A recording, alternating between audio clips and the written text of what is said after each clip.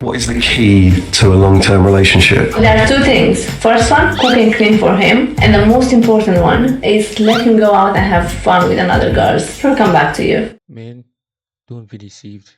She has an OnlyFans. Somebody needs to hear this. Let's get into it. Sometimes losing people that you are not ready to lose is the only way you'll grow. Don't you dare beg, chase, or force. I believe that if something is supposed to be, it'll flow. It won't have to be forced. And if someone's trying to lose you, help them. I don't hold on to anything that doesn't want to be held on to. I just let them keep on swimming. Because y'all, ultimately, I trust God. God removes and God replaces. And I suggest you let him. Because he knows what's best for you and he knows what's best for me. And I truly believe that what is coming will be greater than anything you have ever lost. But first, you have to be okay with letting people lose you. For real this time. I agree. Anyone who doesn't want to be with you, you should let them go. Because that person will only want to drag you down with them. I mean, why else would they want to be with you? It's obvious they don't value your love and value your companionship. So why would you try to force someone who doesn't want to be with you? There are many situations where people, just because they think they are the nice girls, nice guys, they think they can actually change the person they are with. Wrong. You are not that person's savior. If that person doesn't want to be with you and that person has made it clear through their actions, make sure you oblige and you comply by letting go. After all, there is a saying that goes, letting go sometimes is better than holding on.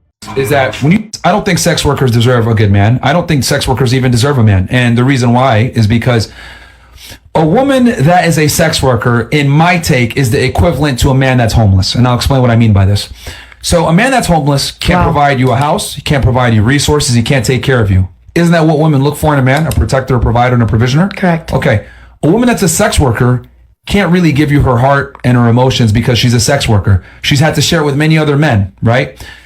And that effectively fucks up her ability to be a good, dutiful wife to you. I look at women as tape. Okay. What I mean by this is that when you take a piece of tape, right? And from the beginning, you take it off the roll and you put it on the table. It's very sticky, right? The first time you attach it on. But then when you pull it off and put it back on again, it becomes less and less sticky the more times you do that. Okay. So the more surfaces you put the tape on, the less sticky it becomes. When women are sex workers, they effectively have no stickiness left. They're able to jump from guy to guy, different surface to different surface, and they're no longer a good partner. And a piece of tape that isn't durable and can stand on the fucking table is useless. It can't hold what I call a relationship together. So when a woman effectively sells herself and she becomes this tape that's been used everywhere, the stickiness is gone, and that is her most important asset. Men must create their value, and women must preserve their value. Women are tape. The more surfaces they've attached to, the more fucked up they become. Ladies and gentlemen, I really hope you're listening, because what he said was nothing short but facts. Anything other than facts was a foreign language. What he said was the absolute truth. Sex workers don't deserve a man because they are not able to care and provide for that man the way a dutiful wife is supposed to, the way women are supposed to, naturally. And the reason is because she has slept with a whole lot of men to the point that many of them are unable to actually emotionally bond with their partner because she's done it so many times. It's basically instinct to her. After all, there is this phenomenon that is called peer bonding, and it states that the more people you sleep with, the more difficulty and the less likely it is for you to actually be emotionally intimate with that person. So, a word to the wise: don't be sleeping out, don't be spreading your legs for dudes, and also dudes, don't be sleeping with these hoes, because when women sleep and have sex, they are actually having sex emotionally and bonding with that person emotionally. It's different for guys. When their guys have sex, it's actually testosterone. That's what I think. But if I'm wrong, please correct me in the comment section. So that's what I'll say for now. Women are tape. Disagree with him all you want. He speaks nothing but facts. How often do you tell your kid not to talk to strangers? Every day. Every day? So if I go over to your kid, will he or she talk to me or run back to you? Probably run back to me.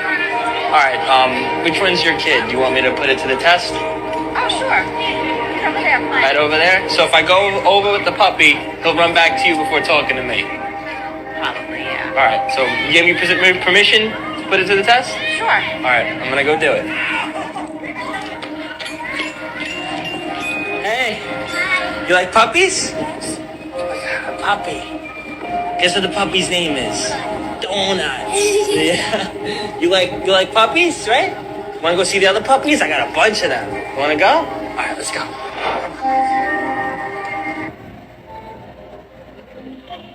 This is exactly why I always preach that you should teach situational awareness and tricky people over stranger danger. It's so important that your kids know that bad guys don't look like bad guys. Child predators are amazing at speaking a child's language and gaining their trust quickly. They don't look like monsters. Show your kid this video, have a conversation. It very well could save a life. This is absolutely necessary for the parents and guardians out there. Show your kids this video. Show them and tell them that they should not, no matter what, talk to strangers, because this is 2024. Nobody looks like how they are supposed to look. Nobody looks the way they look inside. All thanks to the woke people. Everyone is either wearing a metaphorical mask or a physical mask. Nobody is nobody nowadays. The bad guys don't look like bad guys. Nowadays, people, and with the advent and the advance of this woke movement, we see it in our schools where people come and dress anyhow. I'm not gonna lie, this is disturbing in a whole lot of ways. You go to schools, you dress inappropriately, the kind of dressing that should land you in prison for at least 15 years, and you go spread your agenda and your doctrine and your propaganda to the minds of little children. Yet they see them as educators and good guys. No, those are wolves in sheep's clothing, and those are the bad guys. Parents, take care of your kids. Tell them and educate them not to talk to strangers, because this is actually what's happening nowadays. Stay safe out there. Ladies, you have to stop speaking about unrealistic beauty standards. You've created a shitstorm for men and women. Hear me out. Just like feminists, the body positivity freaks won. I can't find clothes anymore. Ever heard of vanity sizing? It is a psychological trick that a lot of brands have been using to create brand loyalty. Like, take this example. A 36 waist in Old Navy pants is in reality a 41. I'm 100 pounds. I typically wear a size extra small. And over the past few years, I literally have to get my clothes custom fitted, which usually costs more than the item itself. And that is if I don't want to shop in the children's department. My healthy body has been outcast because someone else needs to feel validated in their Twinkie addiction. Vanity sizing is also present in men's clothing, but not nearly as much. Instead, now when men go shopping, they see frail soy boys who look like they haven't touched a weight in their lives, and look like every birth control dependent woman's dream. I mean, just look at this Abercrombie 2010 versus 2024 model. And then we have women going to the Victoria's Secret website, and no wonder women are so miserable and men are so confused.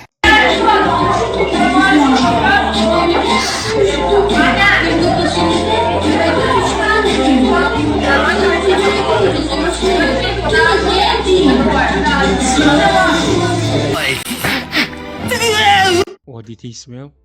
I'll tell you. He smelled what he needed to smell. That odor was a wake-up call, because that smell straight from the streets.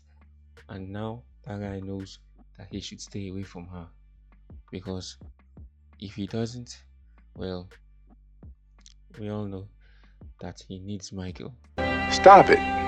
Get some help. A woman who makes her man feel respected is the kind of woman a man's never going to want to lose. If I had a woman and I came home with all 5 of my friends and she came in the house and said, "Who's hungry? Anyone want any food?" It's not about food. I'm the G now. I'm the big boss. My woman wants to feed all of us. Of the guys there, most of their chicks would never do that. That's respect. That's status for me. That elevates my status. The men are actually very simple to please. Make him feel important and make him look important. That's it. It's that simple. It's very simple. The code it's not that difficult to crack. Men are very simple. We are very simple creatures and very easy to please. All we need most of the time is respect. Many men out there, real men out there, value respect way more than they do love. Because if a woman can't respect her husband, there is no way she can ever love him. That's a wise saying I heard from a video not too long ago. But it's very true. If she doesn't respect you, there's no way she can ever love you. And that's what men need. That's what men value. Respect over love.